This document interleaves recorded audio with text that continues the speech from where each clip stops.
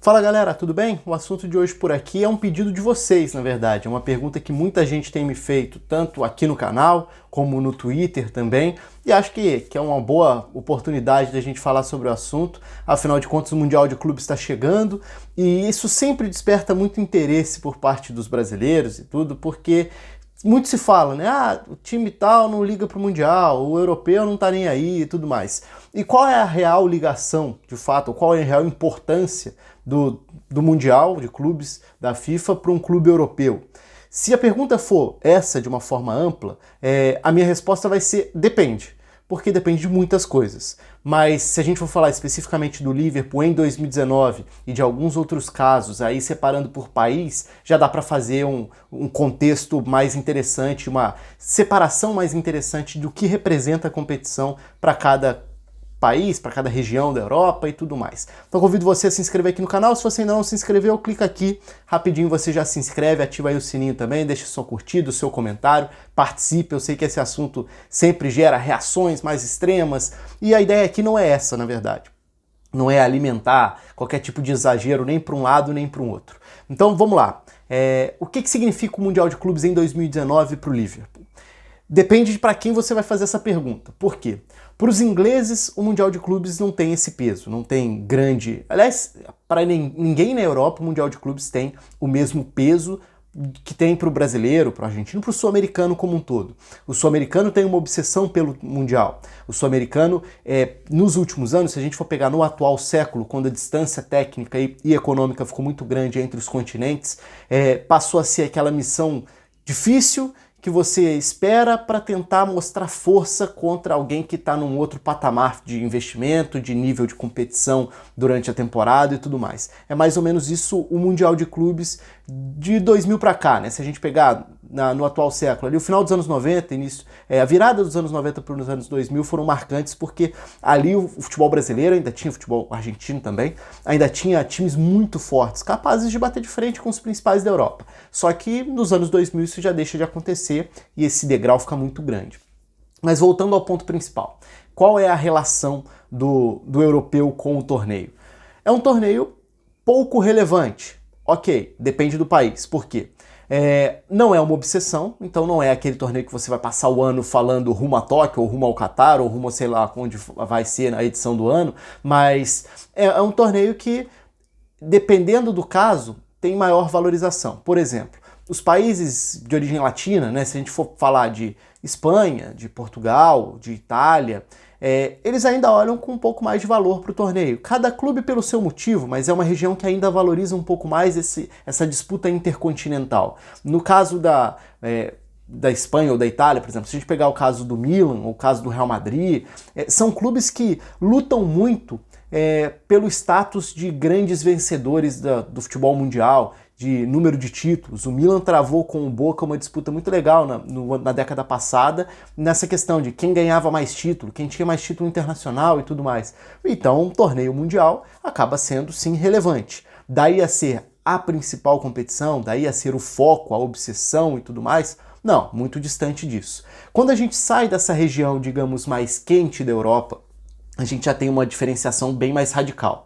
Então, quando a gente fala de Alemanha, Inglaterra e Holanda, a gente já está falando de países que dão bem menos valor historicamente para o torneio. Inclusive a Alemanha, a Holanda e Inglaterra tiveram representantes campeões europeus que se recusaram a participar do Mundial na época, ainda no formato do Interclubes, né? Ainda no formato Europa, América do Sul, nos anos 70, eles chegaram a se recusar a participar. Então o Mundial naquele formato antigo, né, chegou a ter disputas com o vice-campeão europeu, várias vezes dentro dos anos 70, por diferentes motivos e tudo mais, mas no fundo são países que têm um distanciamento um pouco maior da importância para esse torneio.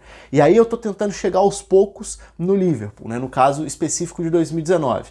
Quando a gente chega na Inglaterra, aí já existe uma outra questão que é calendário. Então, o calendário da Inglaterra já é extremamente puxado, você já tem muitas competições para disputar e muitas delas concentradas nesse mês de dezembro, na virada de dezembro para janeiro, que é sempre um momento muito corrido de um calendário que não te dá muito descanso.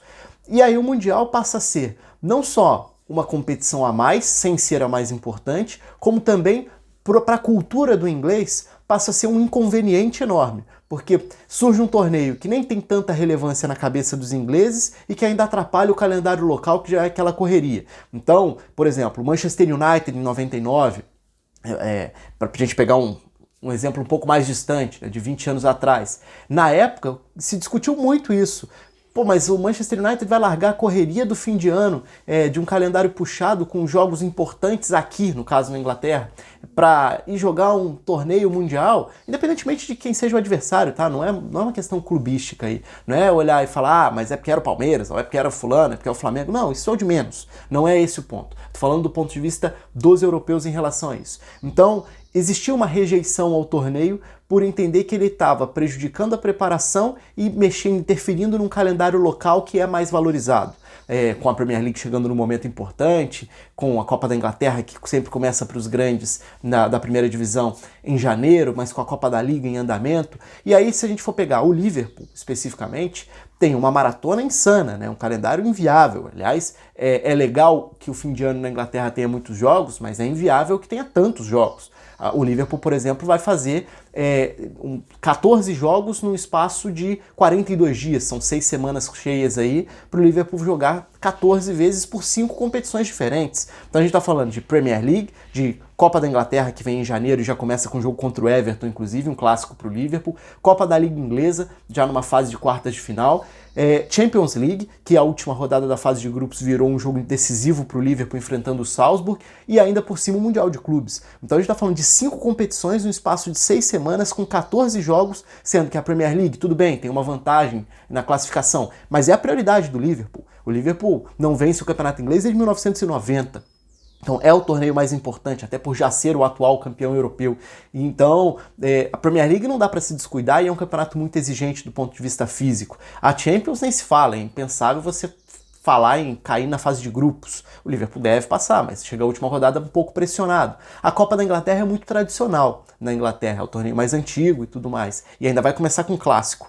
E a Copa da Liga, aí sim, menos importante, mas numa fase já mais avançada, que significa estar mais próximo de uma disputa por título, de uma possibilidade de título. Inclusive, criou essa situação, mais uma vez, maluca, inviável, do Liverpool ter jogo num dia, na Copa da Liga, contra o Aston Villa, nas quartas de final, e no dia seguinte estrear no Mundial no Catar. Então é óbvio que aí fica uma situação que simplesmente você não tem como, né? Não dá para exigir fisicamente, até pela questão de deslocamento e tudo mais, mesmo se fosse no mesmo estádio, seria inviável. E aí a gente chega ao outro aspecto. A lista de inscritos do Liverpool para o Mundial tem o elenco completo, até aí normal que tenha mesmo. Imagino que nessa maratona, nesse período, o Klopp vai tentar alternar dentro do possível o elenco, rodar um pouco o time, mas é um time que nem tem um elenco tão numeroso assim, para algumas posições principalmente. Então é um desafio muito grande, já perdeu o Fabinho por lesão e vai ficar fora de toda essa maratona e era um dos principais jogadores do time. Então não vai ser fácil administrar isso tudo. Então, se a gente for pensar, é completamente diferente aquela questão do grande desafio esperado. O Liverpool não está olhando para o Mundial como o torneio que está ali, que você não consegue tirar a cabeça dali porque está pensando em quando chegar. Não, o Mundial é um torneio que o Liverpool vai querer vencer, vai jogar para vencer, mas é uma oportunidade de título no meio de uma maratona e que não é mais importante do que nenhum desses jogos. Talvez mais importante do que contra o Aston Villa na Copa da Liga, aí sim, mas possivelmente comparável à Copa da Inglaterra, certamente abaixo em importância de Champions e de Premier League. Então é mais ou menos assim que dá para tentar contextualizar esse cenário do Liverpool pensando no Mundial de Clubes em 2019. Aí a gente entra num outro ponto, a globalização e a mistura de culturas e de formas de pensar dentro de um elenco. Eu falei da mentalidade inglesa, se a gente for pensar do ponto de vista de torcedores ingleses, jogadores ingleses, jornalistas ingleses, a atenção para o Mundial de fato vai ser muito pequena. Para citar um exemplo, há coisa de uma semana ou duas, eu estava estudando, me preparando para fazer uma das transmissões do Liverpool para o DAZN na Premier League, e uma frase me chamou muita atenção, que foi um comentarista da Sky Sports na Inglaterra falando: Pode parecer maluco para muita gente, mas o Liverpool vai tentar ganhar o Mundial de Clubes. E essa é uma frase que, pra gente, no Brasil, na América do Sul, pode parecer às vezes menosprezo, pode parecer maluquice, pode parecer sei lá o quê, mas no fundo, eu não vejo nenhuma maldade nisso não. É apenas uma forma de um comunicador falar com o torcedor do clube daquele país, no caso, um jornalista, um comentarista na Inglaterra, falando num ambiente local para os torcedores do Liverpool, que muitos deles nem sabem que vai acontecer o torneio. Isso aconteceu com o Chelsea, por exemplo, em 2012 também. Tinha parte da torcida que nem sabia muito bem o que o Chelsea estava indo fazer fora do país num momento complicado de tabela ali, de temporada e tudo mais. Porque é de fato assim que é encarado. Mas aonde entra a questão das misturas culturais aí? Óbvio que quando a gente fala de elencos atuais nas principais ligas, você tem uma diversidade muito grande, né? Então você tem gente que vem de fora e traz suas próprias ideias, a sua forma de pensar. Se a gente olha para o Liverpool, a gente vai ver uma grande mistura disso. Então é óbvio que o elenco do Liverpool hoje tem, por exemplo, brasileiros importantes e brasileiros que sabem o que significa um Mundial de Clubes para um clube do Brasil. Então já é diferente a forma de pensar e a noção que você tem do que você está indo disputar em relação a um jogador inglês, por exemplo, ou um jogador alemão, um jogador holandês e tudo mais. Isso vai variar muito, e assim como vai variar de acordo com o treinador também. No caso do Klopp, por mais que ele seja um alemão, que teoricamente não daria tanto valor assim, e provavelmente nem dá tanto valor assim, mas eu não tenho nenhuma dúvida de que pela característica dele competitiva de querer ganhar absolutamente tudo que disputa, é óbvio que vai jogar para ganhar, até porque no ambiente de um futebol profissional, e mesmo no não profissional, quem joga para não ganhar alguma coisa, né? Então, se fosse palpitar, por exemplo, eu acho provável que o Liverpool coloque garotada na Copa da Liga na Inglaterra, porque aí o elenco já vai estar no Catar, na semifinal faz uma outra mudança, na final, se chegar lá, coloca o time titular, o time completo que tiver à disposição, porque obviamente vai jogar para ganhar. Agora, a reação do venceu ou perdeu, obviamente vai ter uma dimensão muito menor do que teria e terá para qualquer sul-americano que chegue lá para jogar. Eu até discuto um pouco essa mentalidade sul-americana, para falar a verdade, aí eu deixo até aberto para vocês aqui. Eu acho que existe uma obsessão muito grande por ganhar o mundo, quando na verdade esse é um torneio que não vai dizer se você é melhor time do mundo ou coisa do tipo. Ele vai te colocar frente a frente com outros campeões de outros continentes.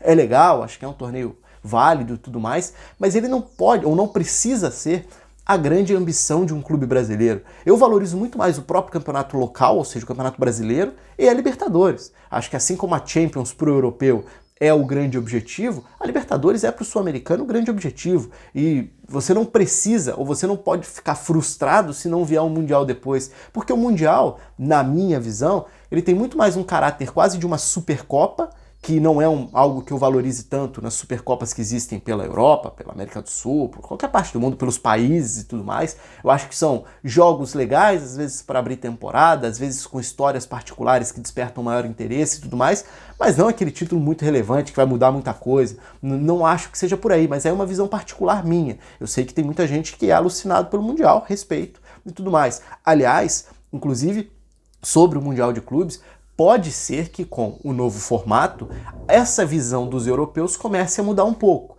Partindo de um princípio, dois princípios, mas o primeiro seria a questão econômica. Porque a FIFA está tentando e vai promover a partir de 2021 um mundial mais inchado, com mais clubes. E aí entram duas questões. A primeira, a FIFA está querendo surfar na onda da Champions. Então a FIFA queria colocar o maior número possível de clubes europeus, porque sabe que a Europa é o que concentra os principais jogadores e o maior interesse mundial pelo futebol. Então, o mundo está mais de olho na Europa do que num mundial de clubes, por exemplo. E a partir disso, se a FIFA consegue trazer para o ambiente dela, para uma competição dela, esses clubes, ela consegue lucrar mais, ela consegue vender mais, ela consegue ter com a chancela dela uma competição que não vai ser a Champions, mas que vai reunir alguns dos principais clubes da Champions. Então existe essa disputa entre FIFA e UEFA para a FIFA conseguir colocar no Mundial quanto mais melhor, europeu, né, no caso. Agora, a consequência disso é competindo contra europeus, e mais do que isso, com mais dinheiro em jogo, porque a FIFA promete colocar uma grana grande, talvez essa importância para o europeu comece a mudar. Porque aí a gente já vai ver rivais competindo, possivelmente, rivais europeus competindo dentro do Mundial de Clubes, e por um bom dinheiro. Ok, a gente ainda tem muita coisa para caminhar na questão de calendário, porque o Mundial de Clubes, sendo no meio do ano, por exemplo, é exatamente num período de férias, e é num período extremamente complicado de temporada, porque se a gente for pensar vai ser ano pré-Copa do Mundo, o ano seguinte já chega todo mundo estourado, aí você vai quebrar as férias ideais de jogadores, os clubes já não têm férias tão tranquilas assim na Europa por conta das competições de meio de ano nas seleções e tudo mais. Então tem vários contrapontos importantes nesse formato do Mundial que deve acontecer, mas talvez, dependendo do que os clubes tenham em troca, a gente possa ver um crescimento dessa atenção dos europeus em relação ao Mundial. Hoje é muito em cima do que eu estava falando antes.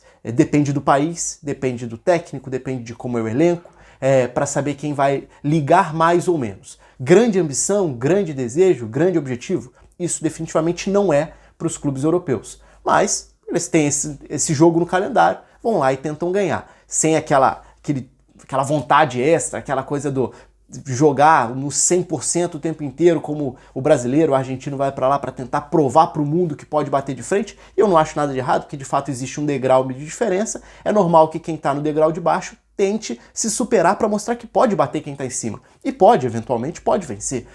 O que não necessariamente vai dizer que o futebol sul-americano é melhor que o europeu e tudo mais. Aliás, se a gente olhar para os últimos anos, a gente vai ver o futebol sul-americano de clubes muito mais próximo da realidade de um futebol asiático de clubes, por exemplo, do que do europeu. Basta olhar para os confrontos no próprio Mundial e para as eliminações precoces dos sul-americanos. Mas é óbvio que um time ou outro pode se destacar e pode competir num nível acima. E aí, eventualmente, pode acontecer esse tipo de vitória, que precisa ser relativizada também. Vai ser muito comemorada, tem que ser comemorada pelo seu torcedor, mas do ponto de vista mais frio, mais neutro na análise, sempre vai precisar ser relativizado de alguma forma. Então é isso. Acho que deu para fazer uma explicação mais longa, tentando pegar um contexto um pouco mais histórico, tentando passar um pouco pelas realidades das regiões dentro da Europa e trazendo para a realidade específica do Liverpool em 2019 sobre como encarar esse Mundial de Clubes. Deixo aí o espaço aberto para vocês comentarem e tudo mais, participarem aqui do vídeo também. Curtam, se inscrevam, um abraço e até a próxima.